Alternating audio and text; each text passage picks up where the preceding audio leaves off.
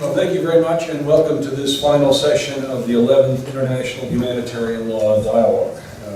My name is Jim Silkenat, and it's my pleasure to moderate this presentation of the Chautauqua Declaration, issued each year at the close of the conference as a joint statement of the chief prosecutors of the international criminal tribunals that we've assembled here. I'm here on behalf of the American Bar Association, which is honored to join in sponsoring this conference. The ABA is made up of a number of sections, committees, divisions, and so on, 4 of which have a particular interest in international justice. Our Center for International Human Rights, which through the International Criminal Court Project, which you've heard about already, undertakes programs to support the ICC. The Rule of Law Initiative, ROLI, which works around the world, including in many countries affected by atrocity crimes, to strengthen criminal justice systems. The ABA's Criminal Justice Section, which is made up of members who practice criminal law domestically and internationally, and the Section of International Law, my original home in the ABA and where I first met Henry King a long time ago, which is the ABA's institutional focus for international lawyers. In different ways, each of these ABA entities supports the Dialogue's International Justice Project. On behalf of all of those entities and our 400,000 members around the world, I want to thank the organizers of this valuable conference. Professor David Crane, a former member of the Section of International Law's Governing Council, the Jackson Center, and all of our co-sponsoring organizations. Coming together this way each year is important to us. To take stock, to evaluate, learn, and commit ourselves to this mission, and the ABA is privileged to play a role. Our theme at this conference has been change, highlighting the new opportunities, needs, and approaches for justice and accountability that are emerging. It's a fitting theme as the international criminal law field comes of age and gives birth to a new generation of accountability efforts. 25 years ago this fall, the UN established a commission of experts to investigate atrocities in the former Yugoslavia, leading, of course, to the following year, the establishment of the International Criminal Tribunal for the former Yugoslavia, and the beginning of the modern era of international criminal justice. That 25 years has been characterized by the dramatic development of the law and institutions aimed at ensuring accountability for the worst crimes. The first dozen years saw a proliferation of institutions and great creativity in approaches. These were followed by a period of consolidation and focus on the ICC in particular as a key institution in the field. And now, as we've discussed during the past couple of days, the challenges we face in seeking accountability for the most horrific crimes demand new creativity and flexibility, a new generation of approaches. In this fast-moving field, it is so valuable to pause for a couple of days on a beautiful lake where time seems to stop, and to reflect together on the changes that are underway that we need and that we hope to shape. At the same time that we grapple with that change, I want to underscore just a couple of constants so that we might not lose sight of them. First is the unfortunate constant of atrocities that demand accountability. Even as we work hard at early warning, at prevention, at deterrence, each year seems to present cases in which these fail and violence prevails. This work is never done.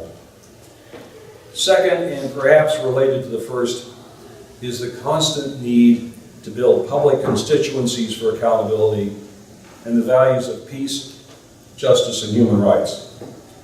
A chilling reminder of this particular constant is that 70 years after Nuremberg seemed to irrefutably adjudicate the evil of the Third Reich, that evil could reemerge in the streets of Charlottesville, Virginia, creep into the halls of power here in the United States. Organizations and institutions like those represented here, advocacy groups, bar associations, educational institutions, all of us have a critical, urgent role to play in building historical memory, promoting accountability, and making our mantra of never again a reality. A third and final constant I would like to flag is the critical role that individual leaders play in these accountability efforts, in taking the difficult, principled decisions to stand up for what is right and to advance justice.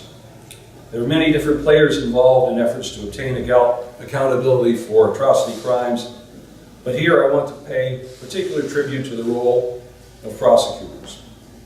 We can sometimes take their work for granted or enjoy maybe just a little bit too much, second-guessing the tough calls that they make.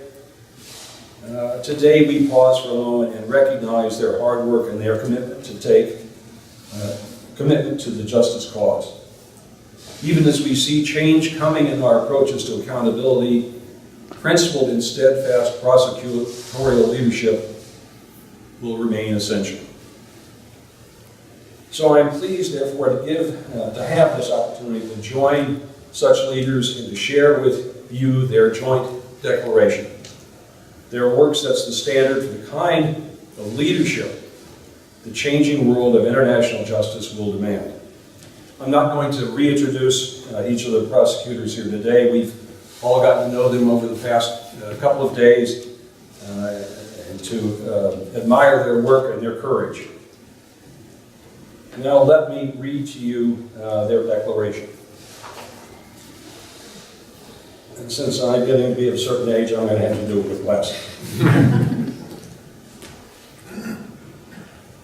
This is the first time I've actually done this in a public setting, so forgive me if I don't do this very well. The 10th Chautauqua Declaration, August 29th, 2017. And it's the 10th because even though this is the 11th dialogue, the last declaration came from Nuremberg.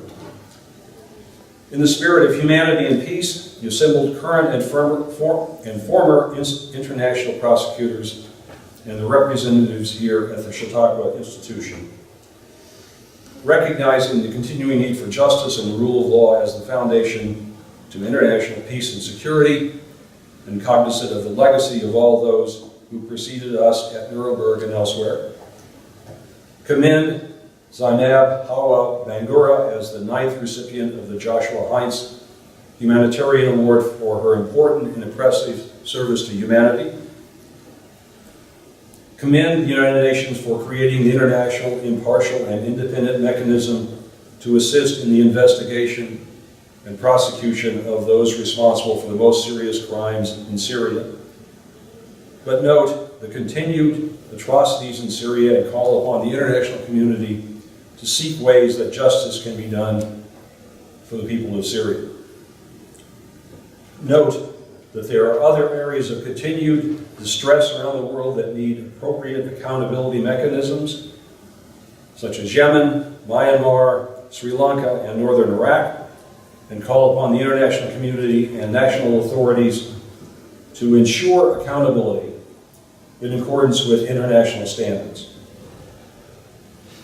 Commend the start of accountability in the Central African Republic, but note that there appears to be a lack of funding and support for these courts, and that the courts are needed to continue the process of stabilization and civilian protection, a condition that continues to challenge current justice mechanisms around the world.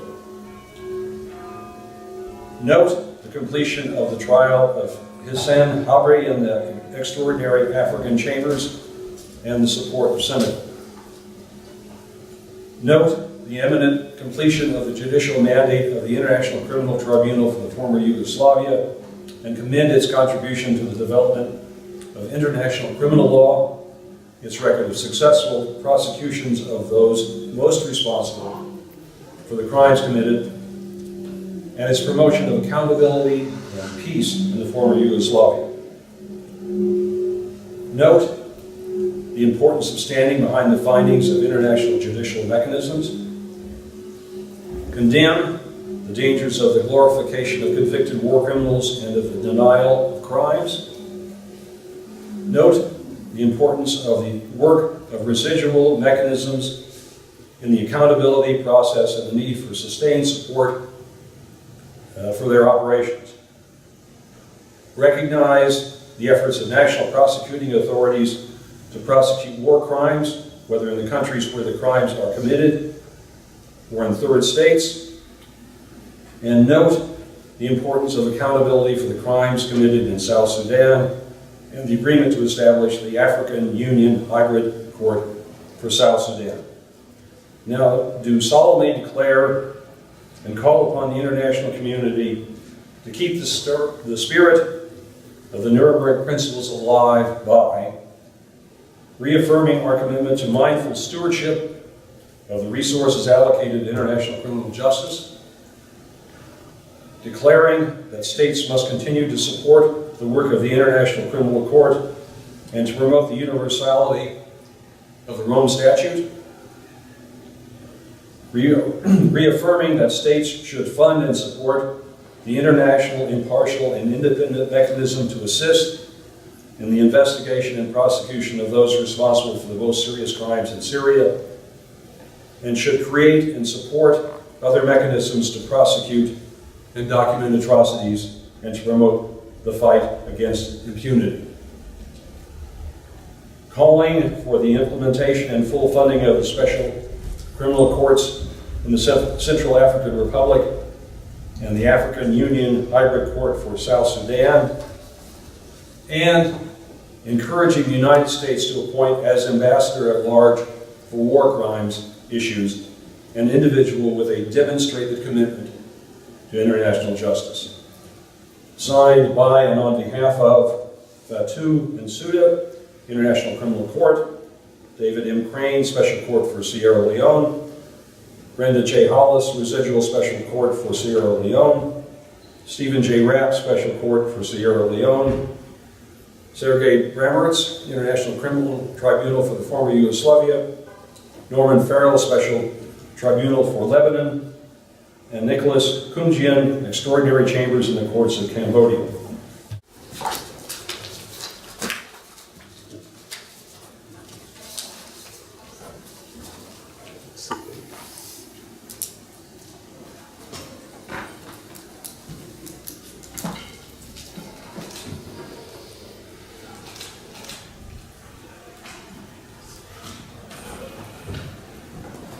We're actually having them sign 25 different copies of this, but we're not going to make you wait around to see them do each of them.